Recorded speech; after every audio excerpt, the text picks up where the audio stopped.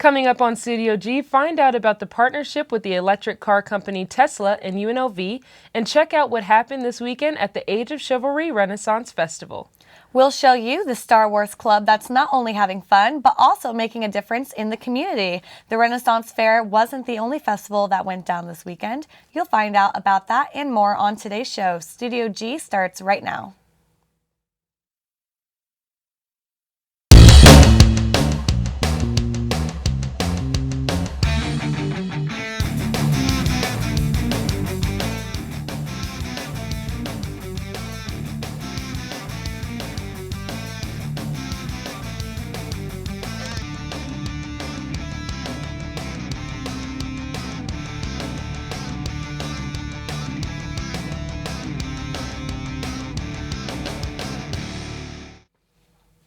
Welcome to Studio G. I'm Jordan Lorenzo. And I'm Sarah Shelton. Tomorrow and Thursday afternoon, there will be a blood drive at the UBS bus in the UNLV free speech area. All donors will receive a free meal at Chipotle and 2 hours of gameplay at GameWorks. Also, if you're looking for a job, there will be a job fair on Wednesday, October 21st in the Student Union Ballroom from 10 a.m. to 3 p.m. UNLV journalism students have been working diligently on a campaign to create a globally unified community and to combat ISIS. Reporter Taylor Carter has the story. UNLV was chosen to compete with both national and international schools to create a global social media campaign to fight ISIS. Exactly, and that's the thing. Developing a creative social media campaign to basically fight ISIS. It's a nationwide competition for Basecamp. That's our client. And basically what we do is we all each come up with our own social media campaign. We come up with our website. We do all sorts of things like that. And at the end, and pick a winner. And I believe it's the top 3 go to Washington, D.C. and show their campaign to the Department of Justice. The campaign they are putting together is called We Are Human, and it highlights people's similarities rather than focusing on their differences. So the main idea behind our campaign is that we are all human.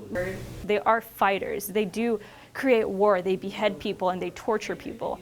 So we want to take that and compare it to our we are human aspect and show that, you know, you might feel isolated here in America or, you know, in the UK and Australia, wherever it is, but it's just a momentary lapse. It's not everlasting. We want to think about ISIS. We want to keep them in mind and their activities as well. We can't just isolate that and say, oh, we're all human, we have this in common, and then not think about what's going on in the rest of the world. They have lives, they have families, they have ideals, they have beliefs, they have worries, they have hopes, they have dreams like that. So if we can actually combat them by showing their humanistic side, it would actually be better and more relatable. For Studio G, I'm Taylor Carter. To keep up with the We Are Human campaign, be sure to follow their Twitter at OurST8. UNLV is now in partnership with the electric car company Tesla in hopes of boosting its reputation. Eddie Vargas has the story. Last week, the electric car company Tesla officially announced its formal research partnership with UNLV. This will be the start of a $1 million project funded by Tesla that will aim to improve operations and research. It will be a 5-year plan that will consist of 2 projects. The first will focus on the study of water use and recycling that will be led by UNLV engineers and scientists. The second will be conducted by UNLV chemists that will try to improve recycling of metals from lithium-ion batteries. Vice President of Tesla explains why the car company chose UNLV out of all the schools in the nation. Well, UNLV has got a fantastic engineering and R&D capability here, and so it made a lot of sense to be partnering with UNLV, especially given the proximity to the manufacturing facility. This project will bring more jobs to the state of Nevada, but more importantly, it will help elevate UNLV's reputation as a research institution. There are going to be 6,500 jobs when that factory is eventually finished. So there's great opportunity. The average wage, I believe, is $25 an hour for each job, just at the entry level. So it's a good thing for Nevada. Well, this is a significant partnership with Tesla. For us to achieve our top-tier goals, we need to be doing much more research than we're doing. We need to be looking for partners for contract research, exactly like we're doing with Tesla. And then it's also a project, as I said earlier, that will mean a lot not only for the state economically, but they're about to revolutionize the auto industry and perhaps the power industry as well. So this is very significant for us to be a part of this in terms of our impact on the state and our move to top tier. The research done for this project will teach UNLV students new technology and will help the university climb higher in national college rankings. Reporting for Studio G, Eddie Vargas. The project is scheduled for completion in 2017 with the hopes of taking UNLV to the next level. Stay tuned, Studio G will be right back. We don't understand why people who have voluntarily served our country should ever be homeless. Our goal is to provide them with all the services that we possibly can to get them back on their feet and becoming productive members of society again.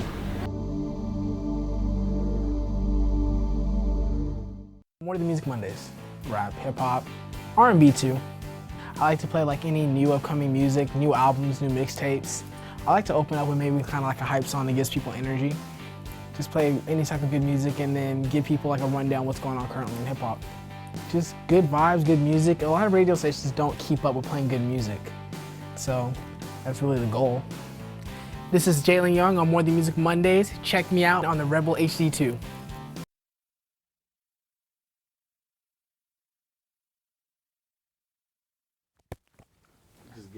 Can we hear some comment? Name of the album, their career. I just hope that everybody enjoys it and appreciate it for the kind of music it is and how great it is. My name is Sam and I host Sunday Evening Jazz on the rebelhd2.com.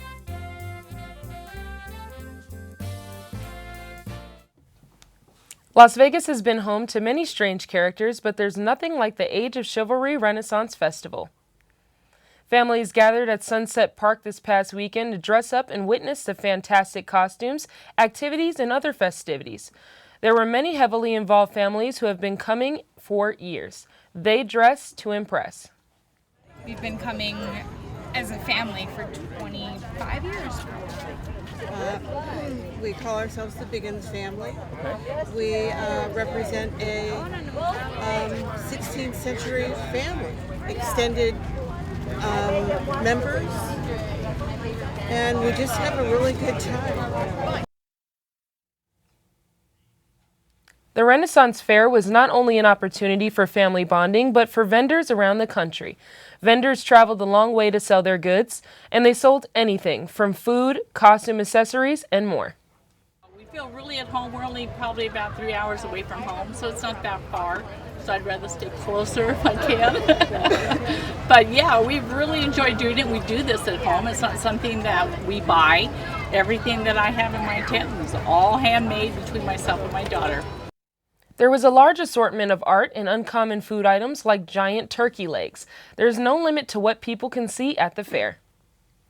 Don't be afraid to visit the Renaissance Fair. It takes place every October at Sunset Park, and it's known as the most liberal fair because it closes at 10 p.m. Have you been to the Renaissance Fair? I haven't. Have you? I went to one in Colorado a couple weeks ago. It was really cool, so I definitely plan on checking out this one this year. Definitely changed my mind about the whole medieval sword fighting. Nice. Stuff, so. I would check it out maybe once or twice. Some students on campus have taken their love for Star Wars to a whole new level. The thrill of clashing lightsabers brought this group of students together to not only engage in friendly combat, but to also make a difference in the community. The band behind it all is Ryan Wilgroth. Well, we're the Society of Lightsaber Duelists. We choreograph and perform lightsaber duels for event, flash mob, film performances, and we perform for organizations both on and off campus with our live lightsaber duels. We are the first branch, the first official nationally recognized one, and we are the flagship branch. We're the most active, and we're actually expanding throughout the Southwest this upcoming winter. We've worked with the Make-A-Wish Foundation, Boys and Girls Club, and this year we're actually working again with Opportunity Village for their annual Halloween and Magical Forest events. Well, our first performances are going to be on October 16th and 17th. We'll be taking the stage at 8 o'clock, and then we'll be there on Halloween night on October 31st, and we're going to be there all night. We're going to be all around the park, so keep an eye out for Jedi and Sith. Ryan said that the idea of creating a lightsaber club originated while brainstorming for a high school prank. While the prank didn't work as planned, he had a bigger picture in mind for his idea, and he decided to bring it right here to UNLV. The club has big plans in mind and possibly even something special for the much-anticipated release of the new Star Wars movie in December. The movie, we might have a big surprise, but for now, that's a big secret.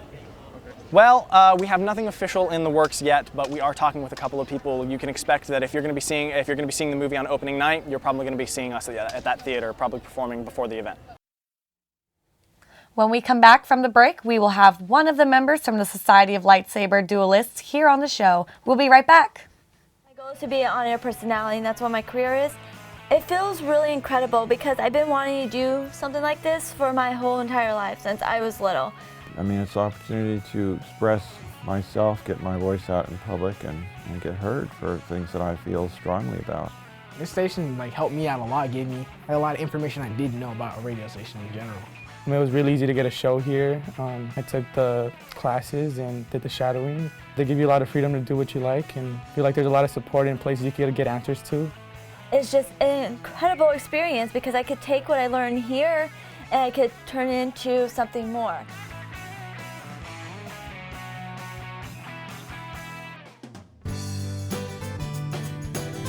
Your community's farmers market.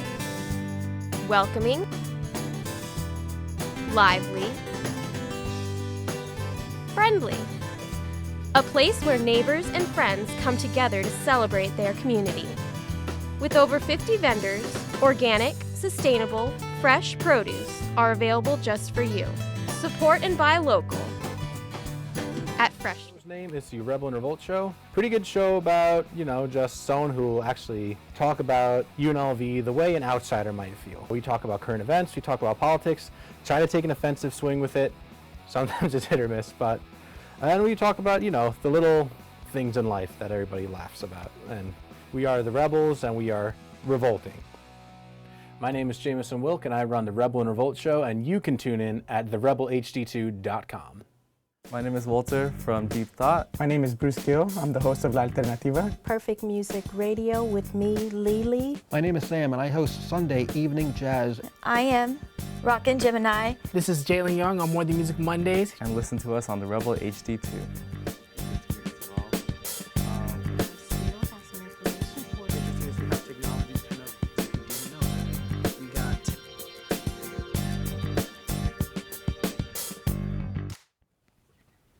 Welcome back. As you just saw, the Society of Lightsaber Duelists is a club here at UNLV having fun and helping the community. So right now I'm here with Celeste Zanoni. How are you? I'm good, and you? I'm great. So how did you yourself get involved with the club? Well, I heard about it when I went to orientation, and my mom found it and said, there's a club on campus that fights with lightsabers. And I was like, that's not funny. Don't make fun of me. And she was like, no, really, come on. And so I went over, and she grabbed a member, Zach, and she said, tell her what you told me. And he was like, okay. And he gave me the whole spiel, and I was immediately hooked. I've been in love with Star Wars ever since I was a child. I remember watching episode 4 over and over again with my dad, and it was always just a huge thing for me in my life. I had lightsabers. I was always the girl who was involved with Star Wars with all the guys. And the first time I came to practice, I was immediately thrown into a fight. I was immediately thrown into a performance less than a month later, and from there I was absolutely addicted. I couldn't stop, and now I've been in for over a year now, and it's just been one of the most amazing experiences of my life now that I'm on the council and now that I'm directly involved in creating performances and helping the club stay organized. And now I am one of the faces of public relations. I am involved in social media, and from there it just continues going on, and I just love being an important part of the club and helping everybody understand that yes, we're just a bunch of, crazy nerds, but we do amazing things for the community, and there is a place for nerds to come and be safe and come and have fun and, be yourself around us, because we don't judge people for that. Okay. And how many members are in the club? We have about 30 to 40 members on average. A lot of times we have members who come when they can, and consistently we have at least 20, 30 members that come every single week ready to fight. Yeah, it's been growing exponentially. When I first started, there were about 15 people, and I remember that the club heads were like, wow, we have so many people, we're growing and growing. And then with this last new student orientation, we had an amazing turnout with people who, showed up. We had a lot of people sign up saying, saying, you know, I'd like to learn more about this. And so we sent emails and we said, you know, come do this, you know, and when we had our first practice, the growth was amazing. We had 20, 30 members that were like, hey, let's do this. And it was an amazing experience to see all those people. That's a lot of people. So do you guys like practice all the lightsaber fighting at the meetings, or? Exactly. Our practices are mainly spent practicing actual fights for our performances. So our director performances that you saw earlier, Ryan will tell us, you know, here's a performance that we have. It is going to be on X date, and I need you guys to create a fight. He'll give us some parameters, and he'll say, okay, you guys go create this fight. He'll go to another group and he'll say, we'll have a performance on this date. You guys, here's your parameters. Here's what your stage looks like. Go create a performance. And that's what we do at practice, is we choreograph, and then we just practice and practice and practice and practice over and over again until we've, you know, can do it in our sleep. It looks like you guys had it down packed, you know, with all the moves and everything. No, it was really cool. And you mentioned what you guys do for the community. So what is it that you actually do for the community? The largest thing that we've been doing lately is a lot of charity events. As was mentioned, Ryan and I and the whole club have been talking about Opportunity Village as much as possible. Opportunity Village is, for those who don't know, it's an amazing charity that does things all throughout Las Vegas and the Southern Nevada area. And this is the second year that we're going to be performing for them in their magical forest. They turn their magical forest into a whole Halloween adventure for kids, and they let kids go through and trick or treat, and they have a large stage that we perform on, and we teach kids how to fight with lightsabers. We let them play with the lightsabers, and their faces just light up, and it's an amazing thing. We've also worked with Make-A-Wish. We worked with a young boy, Anthony, whose dream was to meet Darth Vader, and so of course we were involved in that. We couldn't pass that up. We jumped on that right away, and just to see the smile on kids' faces as they see, you know, themselves grow into a Jedi or a Sith or whatever they want to do when they turn on that lightsaber and their faces light up. It's just an amazing feeling to know that we're bringing that to kids. We're bringing that to parents, that, you know, your childhood dreams are now their childhood dreams, and it's never going to stop that way. It's just going to continue on. And what can someone who wants to join the club, like what can they expect, like going to the first meeting, or, you know, like for orientation, I should say, like what? Well, the first practice that they show up to, generally, we have them learn the very basics, because when we put a sword that you hit people with in your hand, you have to learn the basics. And from there, you know, it's a very you-driven process. You know, you get there, you learn what you need to learn, and, you know, in order to be safe. And then Ryan generally, who runs practices, Ryan generally says, you know, go on and do your thing. He assigns you to a fight, and then from there, you know, this would look cool. What if I swung over the head like this? No, that doesn't flow right. What if we did this? And it's just that. And I'm so amazed. I think we're all so amazed at seeing how far our newcomers have come in, like, the, you know, 4 weeks that we've started school with, you know, learning the basics and jumping forward so well. We have people ready to fight on the 31st when we have our performance at one of our performances at Opportunity Village, and it's so easy from there. All you have to do is learn the basics and then create your own fights. So just come in with an open mind. Come in with an open mind and ready to work. Okay. Be ready to work. And do members have to buy their own lightsabers, or? They do not. That is actually a really important appeal of our club, is we actually, you know, don't charge membership fees. We don't believe in that. And we believe in, if we're asking you to fight with a lightsaber, we're going to provide you a lightsaber. So we actually have club sabers. We provide only ultra sabers because they're the safest. And we have them check them out. They all have little numbers on them. So at the beginning of practice, you will go up to our keeper of arms and you will request a saber, and she will give you one. She will check it out to you, and that is yours to use for the practice. So you do not have to bring anything to practice. Just bring, like you said, an open mind, a positive attitude, and be ready to, you know, kick some butt. And it's easy. That's really cool that there's no fees or anything, you know, because Absolutely. A lot of clubs, there are a lot of fees, and you're like, oh, I don't know if I want to join because of that. Absolutely. So I think that's good. And do you actually emulate the fights from the movie?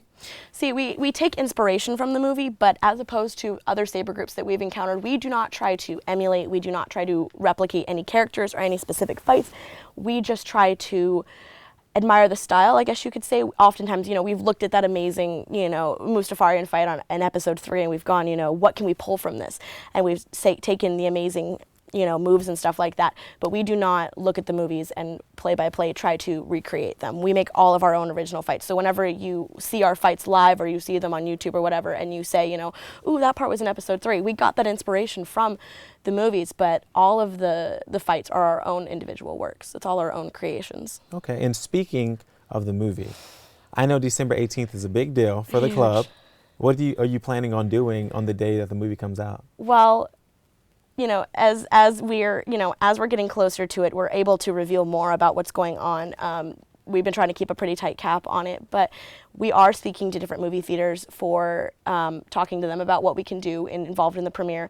Nothing has been set in stone, but I think it's very clear that we are all extremely excited. We're all extremely happy to be a part of this, and we're hoping that some of the movie theaters will be able to work with us for the premiere, and hopefully you'll be seeing us there because we're all extremely excited to see what they put out for this movie. Okay.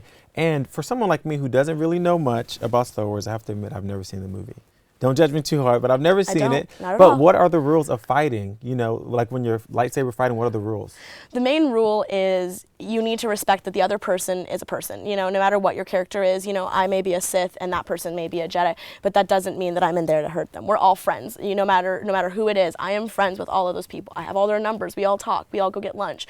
And so at the end of the day, if I accidentally hit Ryan in the hand or I accidentally smack Reed in the face with my saber, I feel bad. So the rules are just be careful because we are fighting with polycarbonate sticks, and be very careful. And the rules, from there are no rules. You do what you're capable of doing. The rules are there are no rules.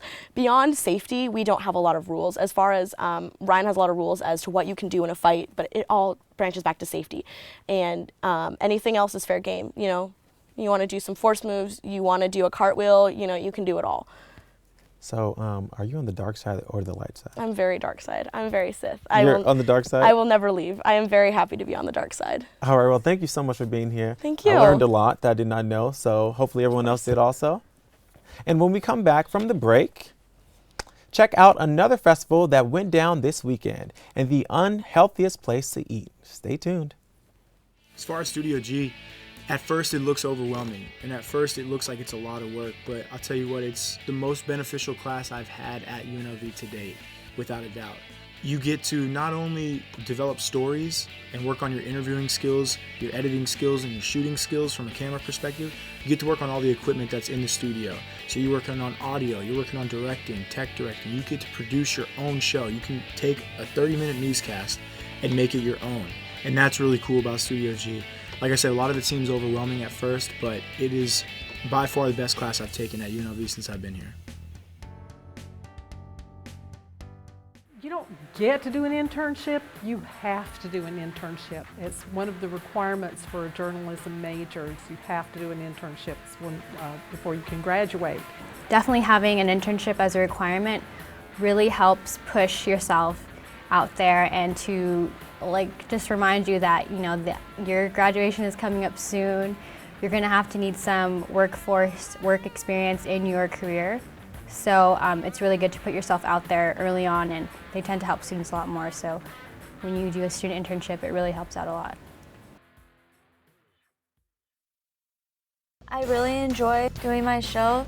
I love all types of rock, and that's why I'm doing Rock Through the Decades. We play the 50s all the way to today's rock music or rock bands. I want them to get the appreciation of how much rock has changed over the years and how it's still really great. You can never kill rock. I mean, rock is like the way to be, the way to go. The name of my show is Rock Through the Decades, and I am Rockin' Gemini. You can listen to this on the Rebel HD2 network. Welcome back to Studio G. A little bit of shimmying and seduction left audience members cheering at the Las Vegas Burlesque Festival over the weekend. I'm here tonight at the Gold Coast with the Las Vegas Burlesque Festival. Say hi, everybody. Hello. The Gold Coast held the 3rd annual Las Vegas Burlesque Festival over the weekend. Performers got glammed up to compete for titles including Best Burlesque Performance by a Visiting Individual and Best Performance by a Visiting Group.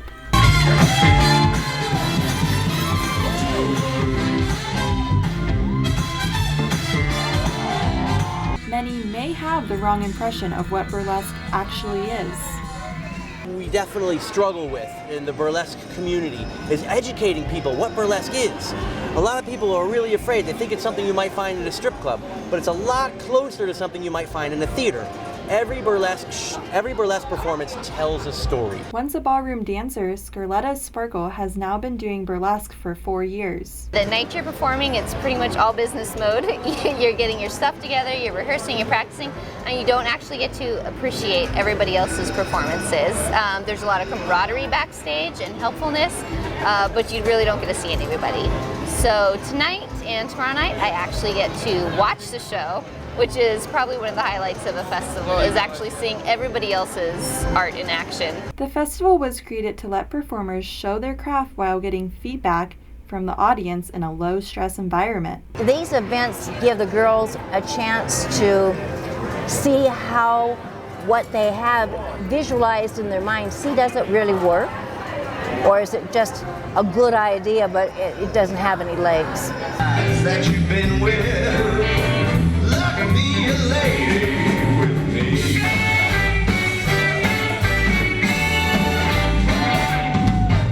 A lady never leaves her escort. It isn't fair. I expect the audience to be walking out with smiles on their faces and happy little thoughts in their heads. I've never seen anybody leave a burlesque show unhappy. We really have a great time. I'm Alexa Vita, and this is Studio G. If you want to see more, check out their Facebook page, Las Vegas Burlesque Festival, to see photos from their event. If you're conscious about your health, the Heart Attack Grill may not be the restaurant for you. In today's society, there are so many new health regimens and diet trends that you almost feel bad if you don't jump on the bandwagon. But there's one place that wouldn't dare join the crowd. I'm Dr. John, the founder of the branch of medicine known as Burgerology. I own the Heart Attack Grill, which is an establishment that maybe is a restaurant, maybe is a clinic, and it's up for you to decide. The Heart Attack Grill is a controversial restaurant that refers to its customers as patients, waitresses as nurses, and food orders as prescriptions. We were blessed with the Guinness Book of World Records for the most caloric burger. Now, we don't count calories. It's entirely against everything we believe to count calories. But the Guinness Book of World Records, they quoted one of our burgers at 9,980 something calories. There are also items on the menu like flatliner fries and onion rings that are cooked in pure lard. We just recently added our beer battered, deep fried and lard onion rings, and they are heaven. Everyone loves free, and customers can eat free at the Heart Attack Grill, but on one condition. You could eat free at the Heart Attack Grill if you hop on our scale and demonstrate that you're over 350 pounds. We want to treat our best patients the absolute best. There's no gimmicks. They might reward you for being overweight, but there are strong penalties for not finishing your meal at this restaurant. I have to warn you, if you do come to the Heart Attack Grill, and if you have one of our burgers, you better finish it, because if you don't, there are very, very dire consequences.